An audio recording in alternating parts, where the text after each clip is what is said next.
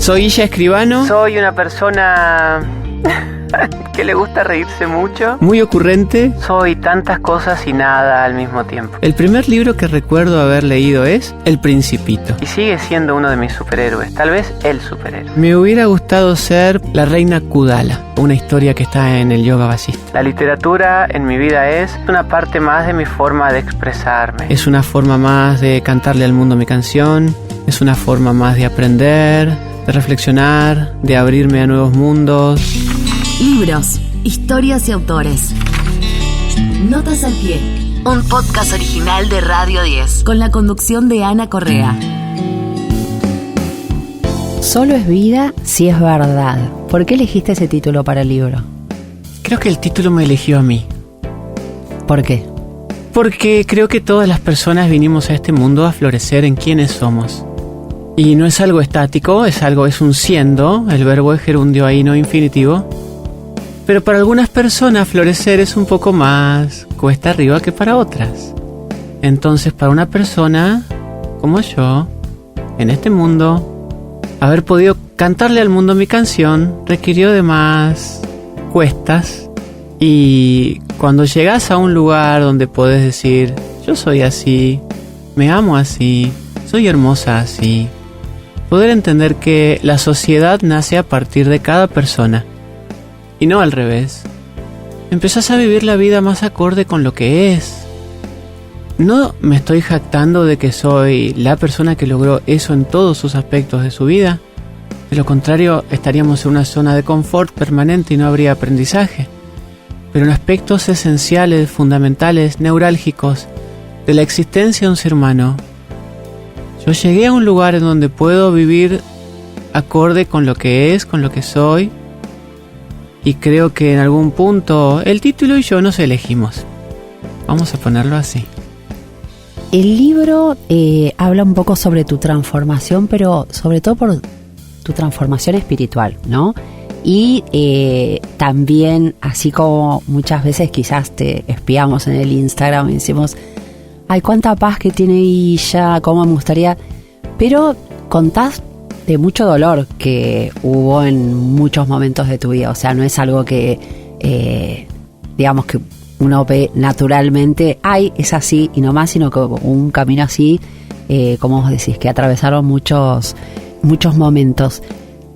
¿En qué momento sentiste la necesidad de escribir esta transformación tuya? Siempre quise escribir mi historia, pero el puntapié me lo dan cuando me llaman, creo que fue durante la pandemia, me llamaron primero de Planeta y ahí al mismo tiempo casi de Penguin. Terminé cerrando un contrato con mi editora de Penguin Random House. Creo que siempre tuve ese deseo, esa necesidad, pero el puntapié me lo dan un grupo editorial que se siente interesado, atraído por mi historia, y ahí es como que a veces siento que que mi vida necesito como no sé si es un ultimátum, pero comprometerme con algo, porque he hecho y hago tantas cosas que para mí es un arte enfocarme en algo.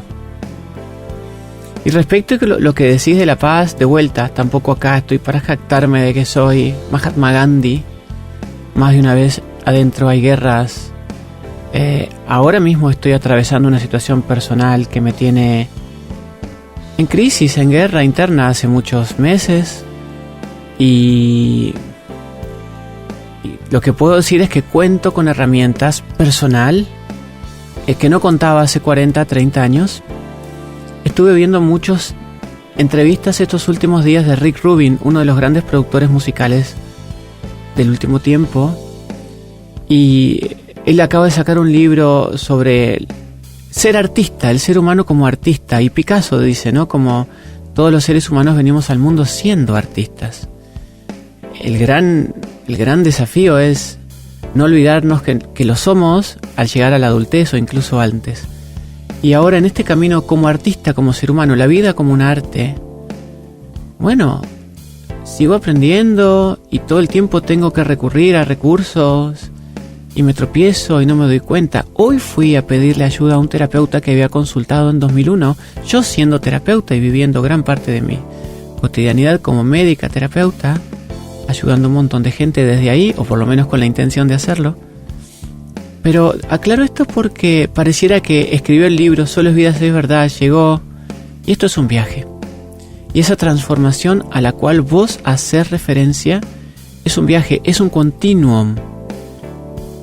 No se termina nunca. Hoy será esto, mañana será entrar en otra etapa de la vida, otro día será la muerte de un ser querido, otro día será una enfermedad, Dios quiera que no. Todo el tiempo la vida nos pone entre valores opuestos, lindo, feo, lluvia, día de sol, etc. Acá el arte es cómo transitar eso con entereza, con una sonrisa, lo más que podamos, encargándonos de y al mismo tiempo confiando y soltando ese balance, ese equilibrio, casi que como cuando empezamos a aprender a andar en bicicleta. Así que acá estoy, compartiendo este rato con vos, dos personas espirituales compartiendo una experiencia humana. Notas al pie, la biblioteca desordenada de Radio 10. Lo más hermoso que soñé jamás me esperaba orgulloso del otro lado de la vida, aunque por momentos estuviera mucho más sola y desvalida. Ya no había vuelta atrás, había dado el paso. Me había arrojado una suerte menos transitada, espinosa e incierta, pero que irónicamente me terminaría trayendo de regreso a casa. Me gustó mucho encontrar a través de todo este relato muchas citas de libros que, digamos, una puede imaginar que fueron importantes también en tu historia. Vos contás que cuando eras chica leías mucho y de repente lo encontramos a Dickens, encontramos Rabindranath Tagore, además de Jung y demás, que eran cuando eras chica y todavía no tenías esos problemas que contabas, quizás de convivencia o en el colegio o en tu casa. ¿Qué eran los libros para vos? ¿Qué eran los libros para mí? Ventanas, universos, otras formas posibles de vivir, un mundo de emociones. A una persona como yo medio que se la ponía por el sistema, ¿no? Acá no quiero estar como juzgando, criticando. Por el sistema, si estudiamos el sistema educativo en general, sobre todo en la época en la que yo fui al colegio, a la escuela, hay un predominio del raciocinio. Fíjate que matemáticas, gramática, geografía, historia, hacer quebrados, algoritmos, es mucho más importante que saber las notas musicales o una clase de artes plásticas o incluso actividad física. Vale decir que pareciera que lo que es del cuello para arriba vale mucho más de lo que es el cuello para abajo.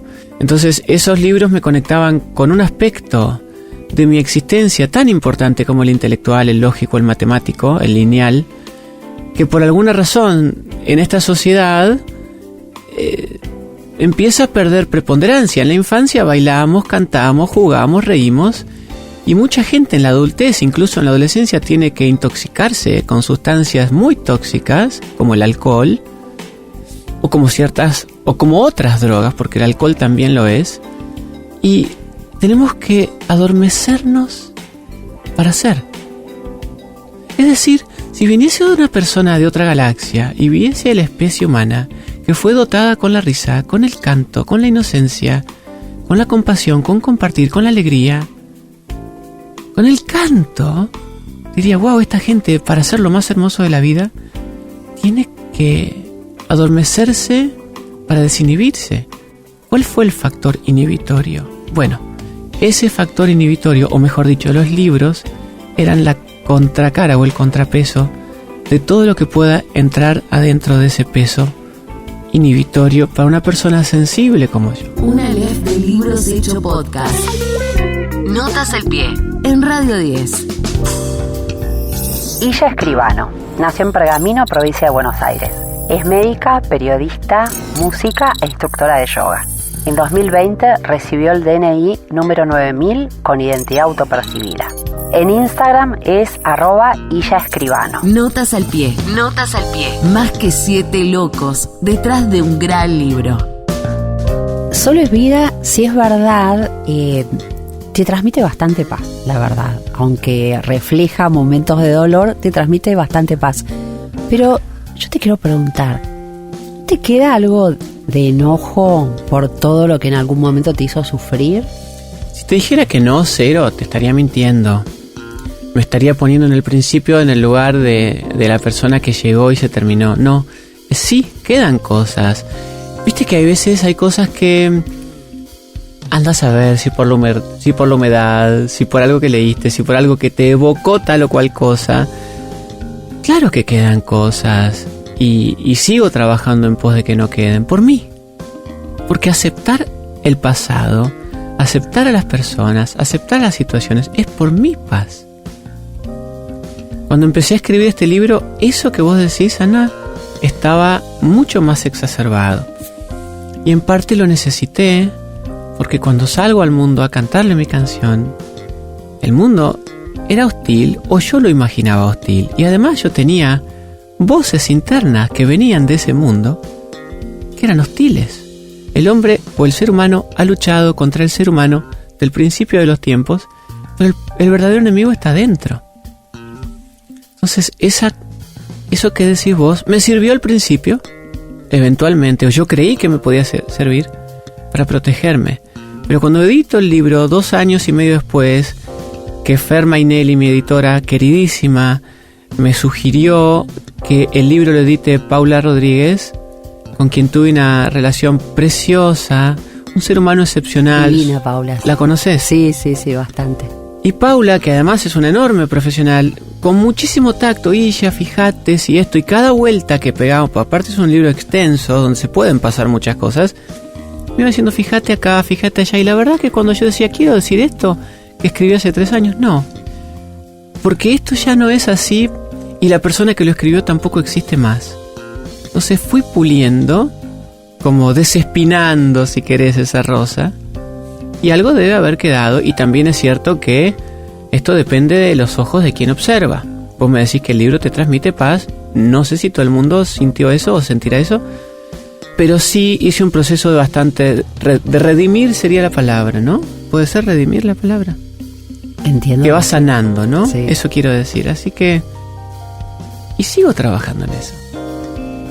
La distancia que vos en algunos pasajes del libro describís con algunas personas que no entendieron lo que te pasaba, que no pudieron estar cerca tuyo y demás, ¿cambió algo? Quizás te lo pregunto en tu experiencia personal y en la experiencia en general, ¿cambió algo con los cambios que hubo en los últimos años? Por supuesto, el mundo cambió un montón. Antes era un exterminio flagrante. Hoy tengo un DNI, acaban de darme mi matrícula de médica y mi diploma, y en la IGJ pude cambiar mi nombre como fundadora de una fundación, o en la Academia de Folclore Argentino estoy haciendo el trámite. Soy la primera persona que rectificó su pasaporte italiano, es decir, tengo que abrir jurisprudencia en un montón de lugares. Pero para mí, más allá de gestionar, vos hiciste una sentencia como gente que no te podía entender, ¿no? O no te podía aceptar, o no te podía... Que no podía estar cerca o acompañar. O entender, dijiste, no te podía entender. Acá no hay nada que entender. El enunciado para mí debería ser gente que no puede amarte como sos. Yo no hice nada, yo soy. Entonces, yo no puedo gestionar limitaciones que también las tengo. No puedo, nadie viene a este mundo odiando. Yo no puedo ir a contarle a una persona en un templo de cierta religión que Dios o que lo que dice ese texto sagrado para esa persona no es así.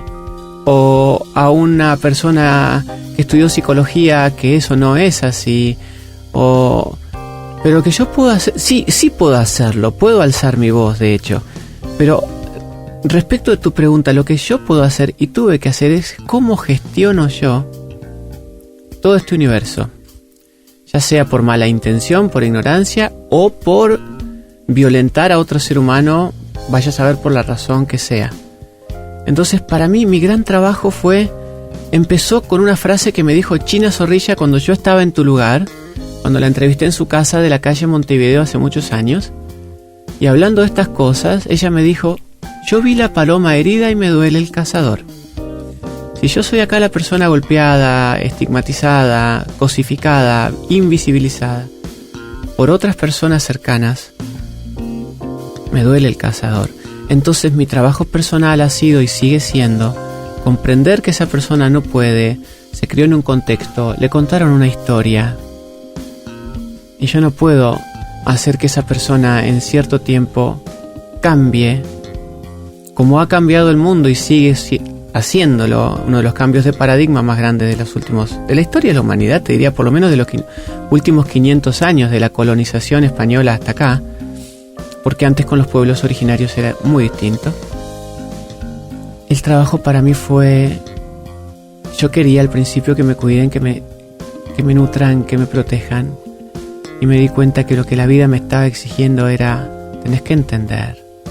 Creo que en la Biblia hay algo así, ¿cómo le dice? Perdónales, Padre, no sabe lo que hacen, una cosa así. Un poco eso, sin ponerme bíblica, sin ponerme en un lugar de esa naturaleza, pero de vuelta, por mi paz mental. Porque de lo contrario, suponete que del otro lado hay odio o un error o algo negativo, ponerle adjetivo o la calificación que sea. Yo estaría perpetuando eso. Por eso las revoluciones para mí deben hacerse desde adentro con amor. Porque si no perpetuamos la violencia. Entiendo que cuando el péndulo está muy corrido a un extremo, a veces se necesitan ciertos golpes de efecto para llevarlo al otro polo hasta que ya casi naturalmente la acción correcta surge por sí misma y el péndulo empieza a alcanzar un punto de equilibrio. Yo creo que la sociedad está alcanzando en muchas cuestiones de a poco puntos de equilibrio, de reposo, de sosiego, y ahora vamos a tener que empezar a ocuparnos de crisis climática, de hambrunas, de inundaciones, de incendios, de gente que todavía no se dio cuenta que el consumo de carne es sumamente relevante con relación a la crisis climática. Y en algún punto también lamento que siempre tenga que volver a hablar de estos temas en mi biografía, cuando también tengo tantas otras cosas para compartir. Y te voy a decir la verdad, Ana, yo entiendo el lugar desde la entrevista, pero prácticamente no he tenido una entrevista hasta ahora que pudo indagar en aspectos de mi vida que a mí me parecen fascinantes y que todavía no he podido compartir eso con una audiencia. Por ejemplo, porque yo te iba a hablar de la música. De la música, de la literatura, de las ciencias védicas, de mi experiencia en la India, de qué enseñan los Yoga Sutra de Patanjali. Bueno, ¿qué enseñan los yogis? Muchas cosas. Porque te lo pregunto más allá de tu ejemplo, porque vos, digamos, en el libro también contás lo importante que fue para tu vida conocer ese mundo. Si yo no hubiese conocido ese mundo, el poeta persa Rumi, un referente de la rama más mística o más pura, diría yo, del Islam, dice, aquello que buscas te está buscando a ti. Mi corazón buscaba algo más, no podía ser que el mundo fuese lo que me decían que era o yo creía que era. Y si observamos nuestras vidas, estudiamos o aprendimos desde atarnos los cordones de la zapatilla, lavarnos los dientes, leer, sumar, restar, idiomas, ahora usar miles de dispositivos móviles y electrónicos. Pero ¿dónde aprendimos cuál es la naturaleza de nuestra mente? ¿Dónde aprendimos cómo gestionar nuestras emociones? ¿Dónde aprendimos cuáles son las fuentes de energía? Mucha gente consulta y dice, estoy cansada. Ok, repasemos las fuentes de energía. ¿Dónde aprendimos a conectarnos con los ritmos naturales biológicos? El ser humano siquiera sabe cómo comer. Un perro, un búfalo, una ballena saben qué comer y cuánto comer y a qué hora comer. El ser humano siquiera sabe cómo comer o qué comer. ¿Qué es lo mejor para tu prakriti, para tu naturaleza? ¿Cómo utilizar o beneficiarse de ciertas especias como cúrcuma, cardamomo, fenogreco, coriandro? Entonces yo, en toda la sabiduría de la antigua India, empiezo a adentrarme en un universo de una exquisitez donde poesía, belleza, benevolencia, verdad, fascinación, asombro, todo converge en una sola cosa, en un conocimiento que me había sido vedado hasta que yo llego a este universo que estudio y practico desde hace 30 años y que se transformó en una escuela de vida. Notas al pie, la rayuela literaria de Radio 10. Curiosamente, ser y existir como se es termina convirtiéndose en un acto revolucionario. Me retrato para compartir que estoy viviendo los días más felices de mi vida y para agradecerles a todas las personas que me acompañan en esta maravillosa transición. Me llevó 50 años ser quien soy. Mi nombre es Illa Escribano y hoy me amo como nunca amé a nadie jamás. Corrígeme si me equivoco, pero tu acercamiento a este nuevo estilo de vida tuvo que ver con aquella entrevista que le hiciste al, digamos, que está a cargo del arte de vivir, Sri, tengo miedo de pronunciarlo más. Decilo mal, ¿no? Sri Ravi Shankar. Sí. ¿Tuvo algo que ver con eso? ¿Cómo te impactó tu primer encuentro con él, que fue en esta entrevista?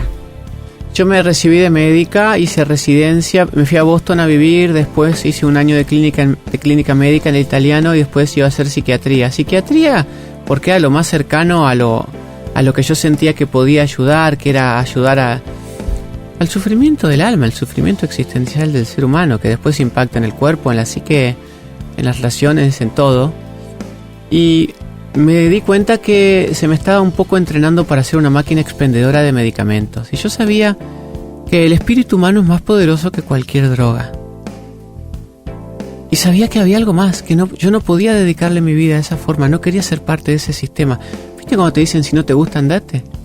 Bueno, nadie me lo dijo, pero yo me hice la pregunta y me fui. Un día agarré mis cosas, mis pertenencias del locker en el hospital italiano y le dije a mi jefe de residentes, que era Alberto Sadler, un hombre divino, que yo respetaba y quiero muchísimo. Dije, me voy, no soy más médica. No soy más médica de esa forma. Hoy cuando canto soy médica, cuando guío meditaciones soy médica, cuando escribo un libro soy médica, cuando me río y a una persona le digo buen día soy médica. Puedes ser médica de 1000 formas.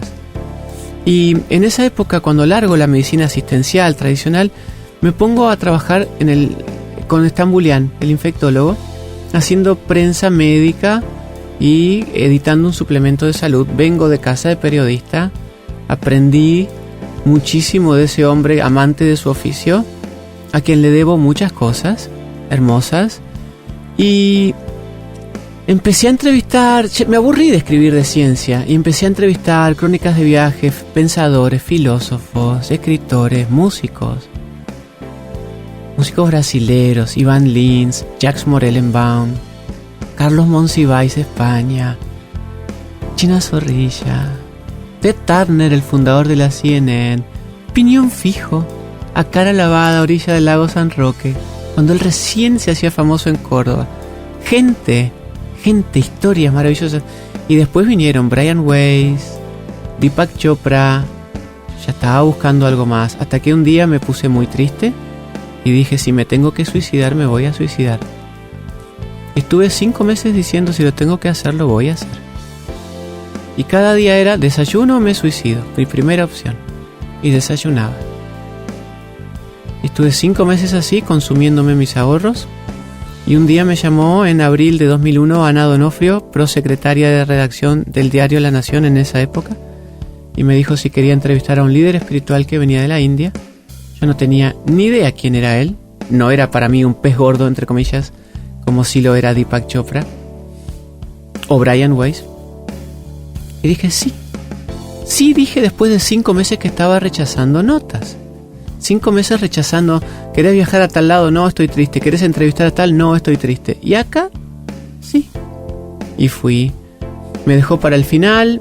En vez de entrevistarme en el Zoom del Hotel Emperador, donde recibió a toda la prensa, me dijo, vení acá. Fuimos al ascensor. Y mano a mano en la antesala de su habitación, 1 hora y pico hablando con él. Como 2 viejos amigos. Él me recordaba de otras vidas. Yo creí que recién lo acababa de conocer. Y me invitó a India. Para mí India era algo para gente muy fuerte. Mi autoestima fue muy baja durante muchos años. Y tuve que hacer un trabajo personal enorme para sentirme alguien merecedora de cosas lindas. Y terminé yendo a la India al año siguiente. Y enseguida, a los pocos días, él me mandó 2 libros de regalo. Hablando de libros. Y hice un curso de respiración. Después me hice instructora de esos cursos durante años. Di cursos y cursos. Aprendí a meditar. Aprendí a alimentarme y lo sigo haciendo. Aprendí a hacer yoga. Cuando digo yoga acá es asanas. Y el libro que él me regaló se llama Yoga Vasista. El Yoga Vajista es uno de los libros neurálgicos del Advaita Vedanta. Conocimiento que viene de la antigua India o del antiguo Valle del Indo, hoy norte de India, sur de Afganistán y Pakistán, donde salen los Vedas, estos textos donde está este conocimiento. De ahí salen todo lo que después deriva en hinduismo, pero el conocimiento es previo a religiones. Y el hinduismo tiene 6 ramas filosóficas, se llaman, o darshanas.